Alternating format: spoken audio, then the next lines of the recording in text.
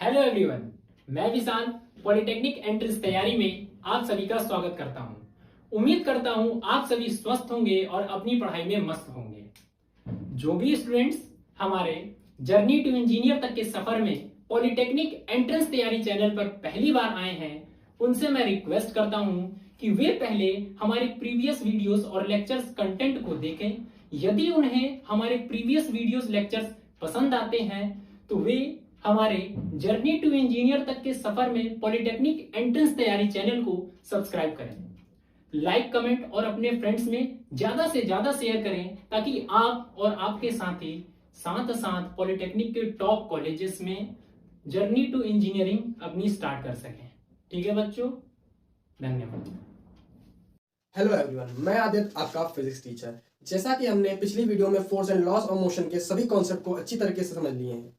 मैं उम्मीद करता हूं कि आपने भी उन सभी कॉन्सेप्ट को अच्छे समझा होगा, उनके नोट्स बनाए होंगे और आपने उनको रिवाइज किया होगा। आज जो हमारी वीडियो आई है वो न्यूमेरिकली बेस्ड है, जिसमें हम बहुत सारे थ्योरेटिकल क्वेश्चन देखेंगे और दूसरे कुछ न्यूमेरिकल्स देखेंगे जो फॉर्मूले बेस्ड थे। चलिए शुरू करते हैं। जो हमारा पहला क्वेश्चन कह रहा है, जो हमारा स्लाइड 1 में आपको क्वेश्चन दिख रहा है, ये क्या कहता है?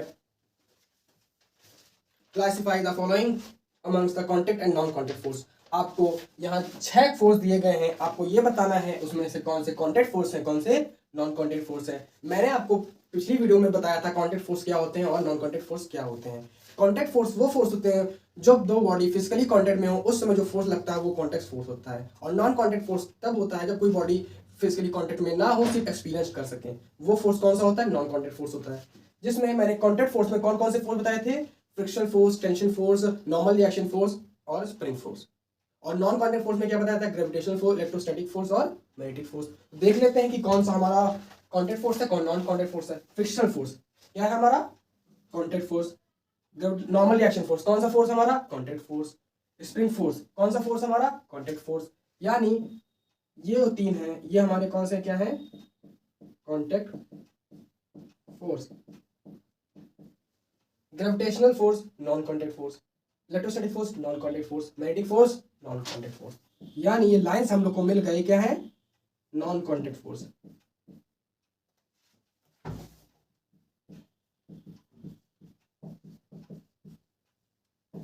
ये वाला क्वेश्चन हमने समझ लिया। अब चलते हैं हम नेक्स्ट क्वेश्चन पे। नेक्स्ट क्वेश्चन क्या कहता है?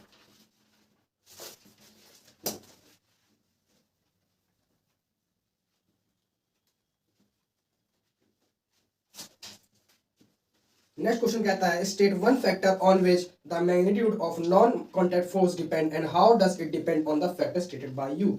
मतलब जो नॉन कॉन्टैक्ट फोर्स में हमने बात की थी, हमने 2 आपको जनरल पॉइंट बताए थे। उनमें से एक जनरल पॉइंट का जो क्वेश्चन आया आपके पास कि बताइए कौन सा ऐसा फैक्टर है जो जिसका जो नॉन कॉन्टैक्ट का फोर्स है उसका जो मैग्नीट्यूड है डिपेंड करता है। तो हमने बताया था आपको कि नॉन कॉन्टैक्ट फोर्स इस पे डिपेंड करता है। नॉन कॉन्टैक्ट फोर्स किस पे डिपेंड करता था? डिस्टेंस पे डिपेंड करता था। तो हमारा आंसर क्या होगा? डिस्टेंस। किस पे डिपेंड करता है? डिस्टेंस। और कैसे डिपेंड करता था? मैंने आपको बताया था non contact force inversely proportional to the square of distance of separation between the body. मतलब अगर हमारा डिस्टेंस इंक्रीज होगा तो हमारा फोर्स डिक्रीज होगा। यानी force will decrease on increase in distance. वो करते हैं, आपको वाला क्वेश्चन समझ आया होगा। अब हम चलते हैं नेक्स्ट क्वेश्चन पे। नेक्स्ट क्वेश्चन जो हमारा नेक्स्ट क्वेश्चन है वो कह रहा है the separation between two masses is reduced to half, how is the magnitude of gravitational force them affected. मतलब कि 2 मास हैं, उनके बीच की डिस्टेंस, मतलब मान चलते हैं इनका कुछ भी मास है m1 m2, उनके बीच की डिस्टेंस अभी क्या है? d।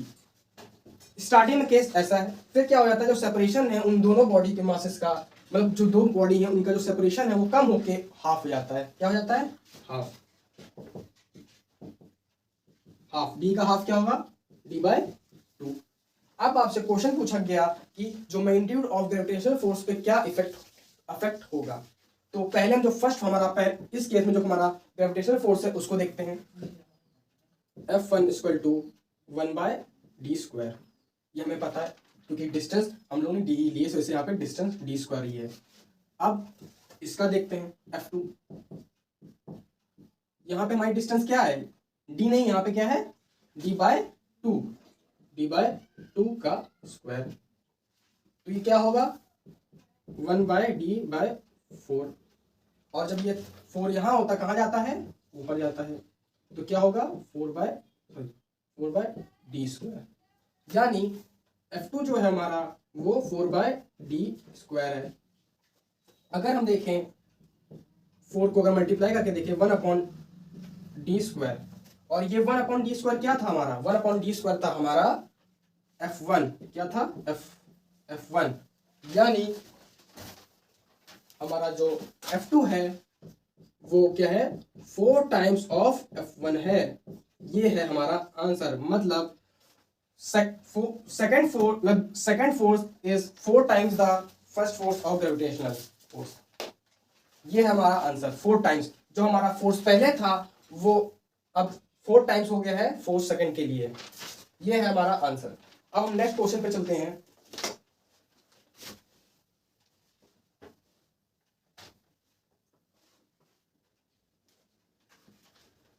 अब हमारा नेक्स्ट क्वेश्चन क्या बोल रहा है, ये है objective. Which of the following is a contact force. हमारा कौन सा फोर्स, यहाँ पे आपको 4 ऑप्शन अभी मैं लिख दे रहा हूं, आपको उसमें बताना है कि कौन से कॉन्टैक्ट फोर्स है, मतलब कौन सा कॉन्टैक्ट फोर्स है उनमें से।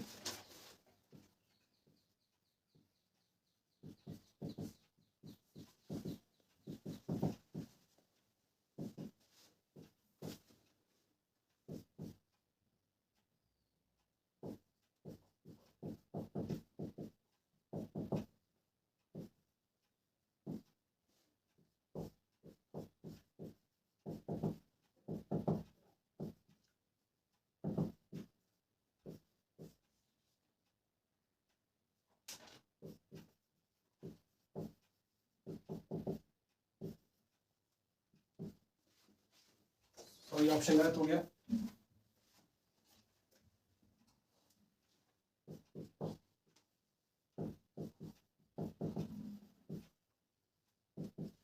तो हमें ये बताना है इन चारों ऑप्शन में से कि कौन सा हमारा कॉन्टैक्ट फोर्स है। इलेक्ट्रोस्टैटिक फोर्स कॉन्टैक्ट फोर्स है? नहीं। ग्रेविटेशनल फोर्स कॉन्टैक्ट फोर्स है? नहीं। फ्रिक्शनल फोर्स कॉन्टैक्ट फोर्स है? हाँ। तो हमारा आंसर क्या हो गया, फ्रिक्शनल फोर्स। अब हम चलते हैं हमारे नेक्स्ट क्वेश्चन पे।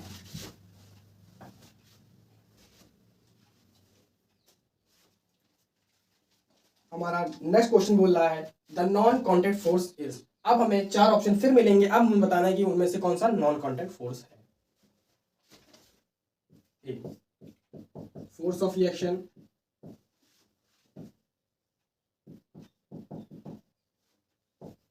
दूसरा फोर्स ड्यू टू ग्रेविटी,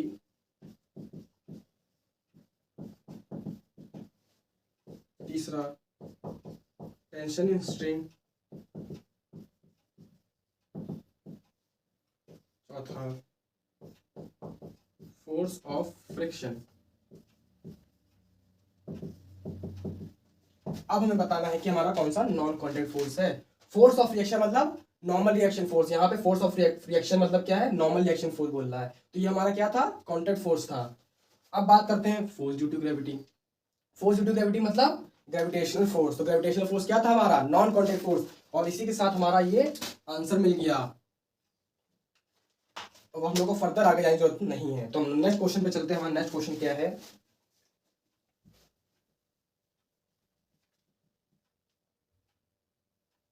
हमारा नेक्स्ट क्वेश्चन क्या है। हमारा नेक्स्ट क्वेश्चन ये बोलता है a ball is moving on a perfectly smooth horizontal surface, if no force is applied on it, will it speed decreases, increases और रिमेन्स अनचेंज। हमारा question ये बोल रहा है अगर हमारी बॉल एक हॉरिजॉन्टल स्मूथ सरफेस पे जा रही है, आपसे पूछा जा रहा है कि उसकी स्पीड क्या होगी, इंक्रीज कर जाएगी कि डिक्रीज कर जाएगी कि रिमेन्स अनचेंज, यानी कुछ नहीं होगा। तो हमने इस पे बहुत अच्छा कॉन्सेप्ट समझाया था आपको। अगर कोई दो बॉडी स्लाइड करनी यानी मतलब जा रही किसी सरफेस पे, मतलब कांटेक्ट में है, तो आपको समझाया था स्मूथ सरफेस पे क्या होता है। अगर कोई बॉडी स्मूथ सरफेस पे जा रही है तो क्या उसका मोशन डिक्रीज होगा। डिक्रीज होने के लिए क्या चाहिए, कोई फोर्स चाहिए। यहाँ क्या स्मूथ सरफेस में कोई फोर्स लगेगा?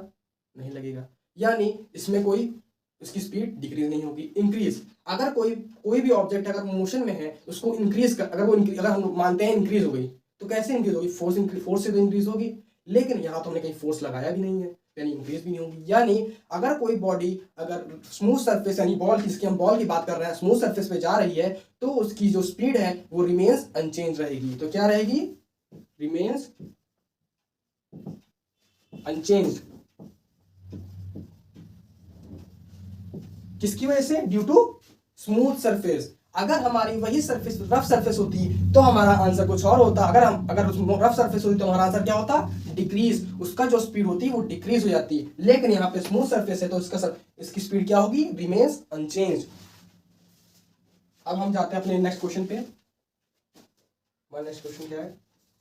Name the factor on which the body depends and state how it depend on the fact और स्टेटेड बाय यू। मतलब आपको वो फैक्टर बताना है जिस पे इनर्शिया डिपेंड करती है। मैंने आपको जिस समय इनर्शिया की बात की थी, मैंने आपको इंपॉर्टेंट नोट लिख के दिखाया था कि इनर्शिया किस पे डिपेंड करती है। इनर्शिया हमारी किस पे डिपेंड करती थी? मास पे। जिसका जितना ज्यादा मास होगा उसका उतना ज्यादा इनर्शिया होगा, जिसका उतना ज्यादा इनर्शिया होगा उसको ज्यादा फोर्स लगाना पड़ेगा। तो मतलब इनर्शिया किस पे डिपेंड करती है? मास पे। किस पे डिपेंड करती है? मास पे। कैसे डिपेंड करती है? डायरेक्टली डिपेंड करती है, यानी मास इंक्रीजेस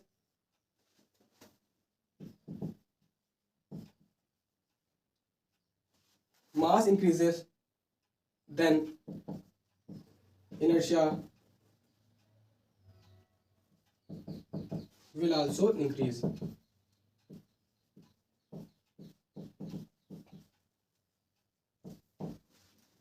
तो ये वाला क्वेश्चन खत्म होता है। आपको मैंने बताया था यह नोट, अगर आपको ध्यान होगा तो आपको ये क्वेश्चन आ गया होगा। इसलिए बोलते हैं जो हमने आपको कॉन्सेप्ट समझाया उसको आपको ध्यान से समझना था। अगर आपने सच में समझा होगा तो आपको ये आ गया होगा। चलते हैं अपने नेक्स्ट क्वेश्चन पे।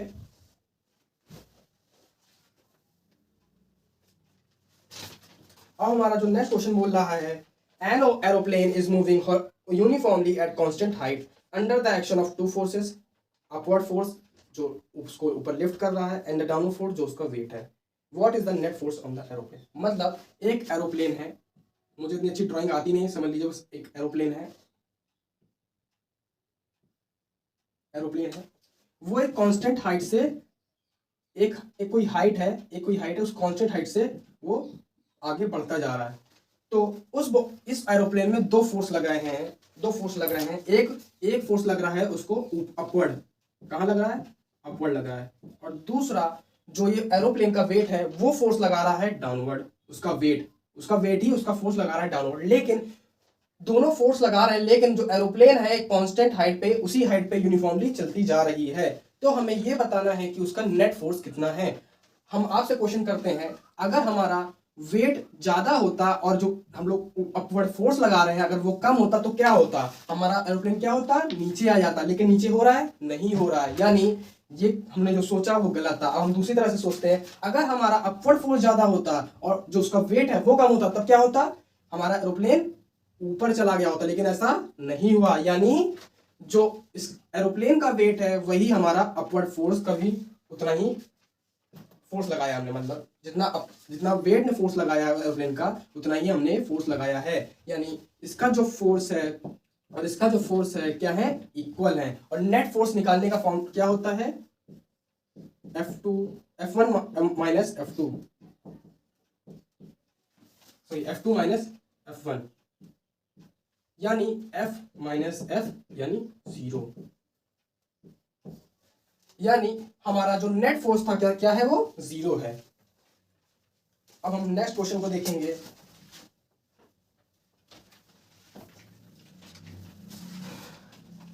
The property of inertia is more in. अब आपसे पूछा गया है कि आपको 4 ऑप्शन दिए गए हैं, आपको यह बताना है कि किसमें ज्यादा इनर्शिया है। Car, horse cart, truck, toy car. मैंने आपको बताया था कि हम जो इनर्शिया होती है वो मास पे डिपेंड करती है, यानी जिसका मास ज्यादा होगा उसका हमारा क्या होगा? इनर्शिया ज्यादा होगा। तो किसका मास क्या टॉय कार का मास सबसे ज्यादा है? नहीं, टॉय कार सबसे हल्की है।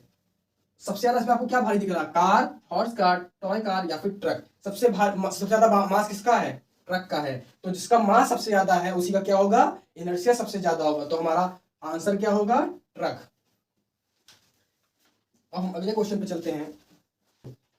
हमारा जो नेक्स्ट क्वेश्चन बोलता है, a tennis ball and cricket ball both are stationary to state motion in them. हमें चार ऑप्शन आपको दिख रहे होंगे, बड़े बड़े ऑप्शन दिख रहे हैं, लेकिन उसको देख के घबराना नहीं, क्योंकि बहुत सिंपल उसका आंसर है। आपको ये बताना है कि उन दोनों में से किसको फोर्स ज्यादा लगाना पड़ेगा। आप खुद बताइए, क्रिकेट बॉल और जो हमारी टेनिस बॉल होती है, किसका मास ज्यादा होता है? आपको पता होगा क्रिकेट बॉल का मास ज्यादा होता है, यानी जिसका मास ज्यादा होता है उसका इनर्शिया ज्यादा होता है, जिसका इनर्शिया ज्यादा होता है उसका फोर्स ज्यादा होता है। हमें किसको फोर्स लगाना पड़ेगा? हमें क्रिकेट बॉल को ज्यादा फोर्स लगाना पड़ेगा। यानी हमारे ऑप्शन के हिसाब से चलें, लेस फोर्स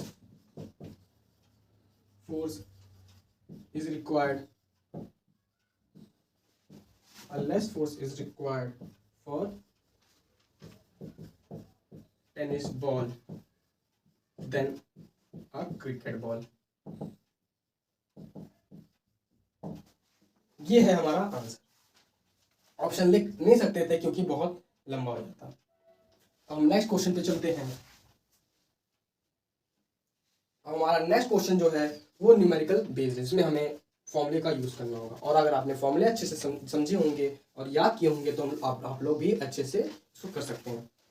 आप चाहें तो हमने जो क्वेश्चन आपको यहाँ पे यानी स्लाइड में आपको क्वेश्चन दिखा रहे हैं, आप चाहें तो वीडियो को पॉज कर सकते हैं, पहले आप ट्राई करिए, खुद से सॉल्व करने की कोशिश करिए। अगर आपसे हो जाते हैं तो अच्छी बात है, नहीं होते हैं फिर तब भी आप एक बार इधर देख लीजिए कैसे हमने कैसे आपको कराया है। A ball of mass 10 gram is moving with a velocity of 50 meter per second. On applying a contact force on a ball for 2 seconds, it acquires a velocity of 2 meter per second. Calculate initial momentum of ball, final momentum of ball, rate of change of momentum, acceleration of ball, magnitude of force। मतलब एक ball है जिसका मास 10 ग्राम है, वो एक initial velocity से travel कर रही है जो है 50 मीटर पर सेकंड। हमने एक कांटेक्ट फोर्स लगाया जिसकी वजह से उसकी जो स्पीड है वो 70 मीटर पर सेकंड हुई। कितने टाइम तक के लिए लगाया? 2 सेकंड तक के लिए लगाया।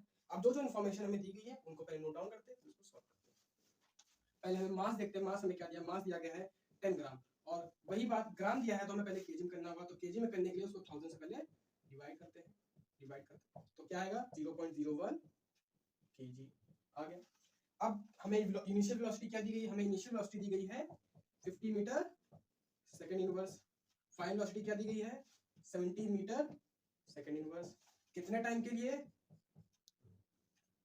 2.0 यानी 2 सेकंड के लिए दी गई है। अब हमें फाइंड क्या करना है? Initial momentum.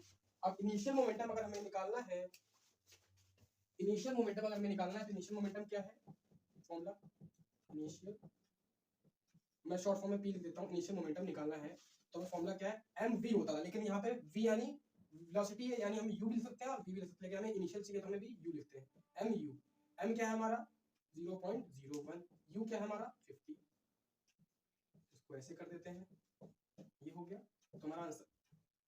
तो हमारा इनिशियल मोमेंटम क्या हुआ? 0.5 किलोग्राम मीटर सेकंड इनवर्स। ये हमारा इनिशियल मोमेंटम हो गया। अब देखते हैं फाइनल मोमेंटम क्या है हमारा।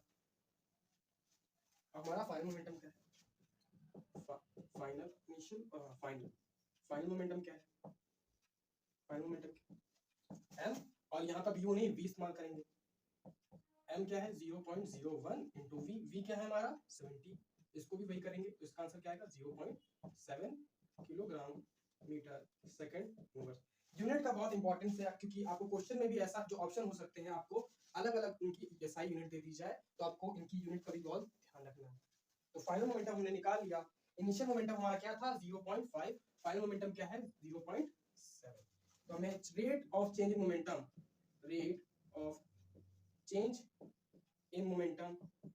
निकालना है। Rate of change in momentum हमें निकालना है। तो rate of change in momentum क्या होता है? Delta p by delta t। Delta p यानी जो फाइनल था, फाइनल क्या था हमारा? 0.7 माइनस इनिशियल क्या था? 0.5। कितने टाइम के लिए? 2 सेकंड के लिए। निकाल लेते हैं 0.2 by 2, 0.1 kilogram metre second inverse square. ये है हमारा rate of change in momentum. अगर हमारा rate of change in momentum आ गया है तो हमें क्या फाइंड करना है, एक्सेलरेशन फाइंड करना है। एक्सेलरेशन फाइंड करने के लिए एक फॉर्मूला है जो हम मोशन वन डायरेक्शन में पढ़ेंगे, वो क्या है, a equal to v minus u by t, change in velocity upon time, जो हम मोशन वन डायरेक्शन में भी समझेंगे। अभी आप उसको समझ लीजिए। v क्या है हमारा, इजीली करने के लिए मैंने ये फॉर्मूला रखा है 70 माइनस 50 बाय 2 यानी 20 बाय 2 यानी 10 मीटर सेकंड इनवर्स स्क्वायर। ये है हमारा एक्सेलरेशन। अगर हमारा एक्सेलरेशन आ गया है क्या है 10 मीटर सेकंड इनवर्स स्क्वायर, तो हमें फोर्स निकालना है, मैग्नीट्यूड फोर्स। तो फोर्स निकालने के लिए फॉर्मूला हमें याद है m इंटू ए। मास हमारा हमें पता है 0.01 है। एक्सेलरेशन हमारा क्या था, एक्सेलरेशन हमारा था 10, तो क्या होगा 0.1, देखिए 0.1 न्यूटन। ये है हमारा फाइनल आंसर फोर्स। ये वाला क्वेश्चन हमारा खत्म होता है। हम अपने नेक्स्ट क्वेश्चन पे चलते हैं। हमारा नेक्स्ट क्वेश्चन बोल रहा है two bodies A and B of same mass are moving with velocity v and 2v, compare the inertia momentum. मतलब दो बॉडी आपको दी गई है, इनका मास सेम है और वेलोसिटी एक की v है दूसरी की 2v है। तो आपसे पूछा गया कि उनके इनर्शिया का रेशियो बताइए, कंपेयर करिए। तो मान लेते हैं इसका i1 इनर्शिया है, इसका i2 इनर्शिया, तो इनको कंपेयर करते हैं i1 अपॉन i2। i1 यानी इनर्शिया किस पे डिपेंड करता है, मास पे डिपेंड करता है। इनर्शिया इक्वल टू m जो उसका मास है, अपॉन इनर्शिया 2 का क्या मास है, m है, कट क्या हो गया 1/1, यानी जो inertia of first by inertia of 2 कैसे है 1/1 है। अब हम कंपेयर करते हैं मोमेंटम। मोमेंटम कैसे, इनका कंपैरिजन कैसे है मोमेंटम का, फर्स्ट और सेकंड का, p1 upon p2 m v upon m 2v। मास तो दोनों का सेम है तो हमें उनसे मतलब नहीं है। पहले की वेलोसिटी v थी, दूसरी वेलोसिटी 2v है, तो v से v कट गया। इनको कंपेयर करने पे क्या आया, p1 bye p2 equal to 1/2। ये है हमारा मोमेंटम का कंपैरिजन। ये हो गया क्वेश्चन। अगले पे चलते हैं। अब हमने आपको ग्राफ समझाए थे, उससे रिलेटेड एक क्वेश्चन आया है, draw graph to show the dependence of acceleration on force for constant mass. देखिए आपको क्वेश्चन में बोला गया फॉर कांस्टेंट मास, मैंने बताया था आपको कंडीशन मिलेगी constant mass, constant acceleration, constant force. वैसे ही क्वेश्चन आया है एक्सेलरेशन वर्सेस फोर्स, आपको ग्राफ बनाना है जिसमें कांस्टेंट मास है। तो बनाते हैं एक्सेलरेशन और फोर्स। ऐसे हमें याद था F इक्वल टू ma, हमें किसे कांस्टेंट करना होता है, मास को। मास को हमने कांस्टेंट कर दिया, डायरेक्टली दिख रहा है, यानी स्ट्रेट लाइन थी, बना दी हमने।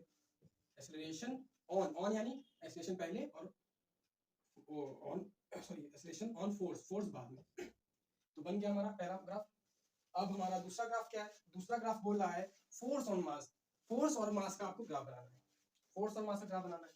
इसको भी बनाते हैं, फोर्स और मास का ग्राफ बनाते हैं। F इक्वल टू ए हमने कांस्टेंट किया तो क्या दिख रहा है, स्ट्रेट लाइन बना दी। तो दूसरे का भी, दोनों का ग्राफ का स्ट्रेट लाइन बना। तो हम नेक्स्ट क्वेश्चन चलते हैं। हमारा नेक्स्ट क्वेश्चन ये बोल रहा था linear momentum of body of mass m moving with velocity v। तो बताना है कि चार जो आपको ऑप्शन दिए गए हैं उनमें से करेक्ट फॉर्मूला क्या है। तो हमने करेक्ट फॉर्मूला हमें याद है, हम सीधा कुछ नहीं करेंगे, बस ऑप्शन देखेंगे और उसमें से जो हमारा mv होता है देख के उसको टिक कर देंगे। ये खत्म होता है। अगला question, action and reaction acts on. Action और रिएक्शन जब हमारी दो बॉडी लगती है तो कैसे लगती है, same body in opposite direction, different body in opposite direction, different body with same direction और same body with same direction. हम लोगों ने पढ़ा था कि जब भी एक्शन और रिएक्शन फोर्स लगता है, दो बॉडी क्या करती है, एक दूसरे को फोर्स लगाती है, लेकिन क्या करती है, दोनों बॉडी लगाती है, एक बॉडी सेम बॉडी नहीं लगाती कि एक ही बॉडी दोनों तरफ से फोर्स लगाती है, ऐसा नहीं होता। दो body in two different body force लगाती है एक दूसरे को सेम मैग्नीट्यूड से लेके अपोजिट डायरेक्शन में। तो हमें ऑप्शन जो दिया गया है उसमें उस बी ऑप्शन है, डिफरेंट बॉडी अलग बॉडी इन अपोजिट डायरेक्शन। तो वो हमारा आंसर है। तो क्या आंसर है, different body in opposite direction. ये है हमारा आंसर। नेक्स्ट क्वेश्चन चलते हैं जो हमारा लास्ट है। A block of weight 15 Newton is hanging from a rigid support by a string. What force is exerted by block on string and second and by the string on a block? जैसे कि ये string है जिसमें हम बात की थी string के बारे में, और ये ब्लॉक है जो हमारा, इसका वेट कितना है हमारा 15 न्यूटन है। तो हमसे ये पूछा गया कि जो ब्लॉक है, ब्लॉक स्ट्रिंग पे कितना फोर्स लगा रही है। ऐसे हम लोग रस्सी पे लटकते हैं, हम लोग कितना फोर्स लगाते हैं, हम लोग अलग से तो थोड़ी फोर्स खींच लेंगे उसको, अपना कहाँ से फोर्स लगाएंगे, अपना वेट से ही फोर्स लगाएंगे। जितना हमारा वेट होगा उतना ही हम अपना स्ट्रिंग को खींच सकते हैं। मतलब जो भी यहाँ पे है, ऐसे जो वेट ब्लॉक है वो कितना इसको स्ट्रिंग को कितना फोर्स लगा सकती है, उतना ही फोर्स लगा सकती है जितना उसका वेट है। तो ये जो ब्लॉक है इसको कितना फोर्स लगा रही होगी, ब्लॉक फोर्स बाय ब्लॉक कितना लगा रही है, 15 न्यूटन लगा रही है। अगर ये 15 न्यूटन लगा रही है तो अब क्वेश्चन आता है कि स्ट्रिंग ब्लॉक पे कितना फोर्स लगा रहा है, किसने लगा रहा है फोर्स, ताकि जो उसका स्ट्रिंग है टूट ना जाए। मतलब उसको, ये अभी स्टेशनरी में, स्टेशनरी मतलब क्या है, ये पूरी बॉडी ना ही मोशन, मतलब इस पूरी बॉडी मोशन में नहीं है, एक दूसरे को बैलेंस किया, यानी जितना फोर्स ये ब्लॉक स्ट्रिंग पे लगा रहा है उतना ही फोर्स जो स्ट्रिंग है इस ब्लॉक को लगा रही है उसको खींचने के लिए। मत अगर ये ऐसा होता कि अगर ब्लॉक का वेट ज्यादा हो, मतलब ब्लॉक ज्यादा फोर्स लगा रही होती है और स्ट्रिंग कम फोर्स लगा रहा होता, तो क्या होता, ये हमारा ब्लॉक नीचे चला जाता। लेकिन ऐसा नहीं है, ये पूरी बॉडी स्टेशनरी, और जब भी स्टेशनरी होती है तो ये माना, ये चीज होती है कि जितना फोर्स एक बॉडी दूसरी बॉडी पे लगा रहा है, दूसरी बॉडी उतना फोर्स दूसरी बॉडी पे लगाएगा। यानी जो फोर्स बाय स्ट्रिंग है वो भी हमारा कितना होगा, फोर्स बाय स्ट्रिंग वो हमारा कितना होगा 15 न्यूटन। तभी ये हमारा जो ब्लॉक है इस जगह पे स्टेशनरी पोजीशन में है। अगर ऐसा ना होता, अगर इनका ऊपर नीचे अगर फोर्स लग रहा होता इस, तो उससे क्या होता, ये स्टेशनरी में ना होती। इसी के साथ हमारा ये जो न्यूमेरिकल का वीडियो था पूरा खत्म हो चुका है। होप करते हैं कि आपने इसको अच्छे समझे होंगे और ट्राई किए होंगे, और आप कोशिश करते रहिए कि और प्रैक्टिस करें, जहां से आपको क्वेश्चन और प्रोवाइड अगर मिल जाए आप उनको भी प्रैक्टिस करिए। हम कोशिश करेंगे कि आपके लिए कि अच्छे से अच्छे क्वेश्चन लाएं। अगर आपको कोई भी क्वेश्चन में प्रॉब्लम है तो हमारे डाउट सेक्शन में, मतलब कमेंट में डाउट डालिए, मैं आपका कमेंट बताऊंगा, जो भी आपकी प्रॉब्लम है उसको सॉल्व करेंगे। तब तक के लिए आप अच्छे से पढ़ते रहिए, नोट्स बनाइए, रिवाइज करिए और थोड़ी प्रैक्टिस करते रहिए। Thank you.